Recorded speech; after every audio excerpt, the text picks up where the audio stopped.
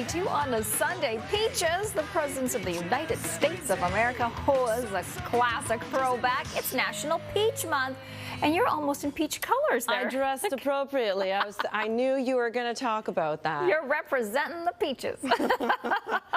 Looking beautiful. Love it, love it. Peaches are very yummy. They're kind of in low supply this year, though, apparently. Oh, boy. From our little heat dome. And it seems we're still in the heat this year. Not as hot.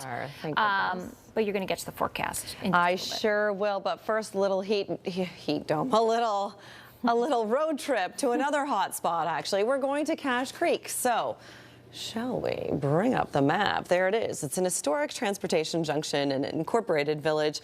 It's on the Trans-Canada at the junction with Highway 97. Although it's still very active with traffic, Cache Creek was extremely busy for a few decades before the Trans-Canada Highway was suspended by the newer and shorter Coquihalla. Thank you to Chuck Morris for this one. Population around 1,000 who get to enjoy lovely surroundings like this, a decorated ride into town. And Janet Hembrow tells us this year they had an Adopt a Planter program where members of the community got to make their own. The big rule was to include a sunflower as it's the village flower. Nice. Denise thought she'd take us on a road trip. That's the family-operated Caribou Jade and Gift Shop. Oh, and note the sunflowers on the buildings. On the building, rather. There's a couple cows on there, too. Interesting. Next week, we head to Burton as well as Cassidy. Please send in your photos to weekendnews@globaltv.com. Wouldn't you just want to jump in there?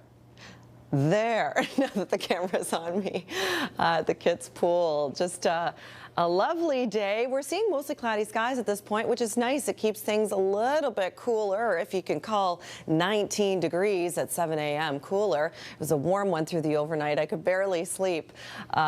East-southeasterly flow of 24 kilometers per hour. We will be clearing, and that's what these little arrows are symbolizing there. 28 away from the water, 25 near the water, so that's the cool spot. We'll be feeling warmer with the humidity by a good 5 degrees, and the same thing goes for you up and down Vancouver Island. The difference is that Port Hardy as well as Tofino have the possibility of showers.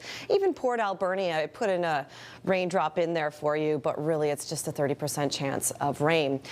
Little cloud cover as mentioned, but it should be receding shortly. Have a look at the next system that is producing a few showers. Haida Gwaii will get a little bit of rain. We are seeing some thunderstorms in the southeast of the province as well, and that is the overall outlook for today. This upper level trough will be moving onshore and bring us some showers again tomorrow and the possibility of thunderstorms. But here is your today. So these areas could get some light, brief, isolated thunderstorms. That's mostly in the south and the southeast of the province.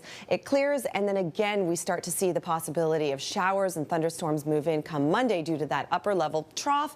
Isolated, as you can see here and there, we could get some thunderstorms, but they could be a little bit more aggressive than today's thunderstorms. So heads up, Monday may be a big weather day, unfortunately. So have a look at today's forecast. It'll be 33 today in Kamloops under partly cloudy skies. Pop-up showers possible. 32 in Kelowna, 27 in Prince George under sunny skies. There's your long range for Metro Vancouver. So feeling warmer. Humidity is in action. So Jay, you might get a hair forecast, a haircast. No shortage of hot weather for you. Love a haircast. I could have used it earlier in the week. Thanks so much, Kasia. The streets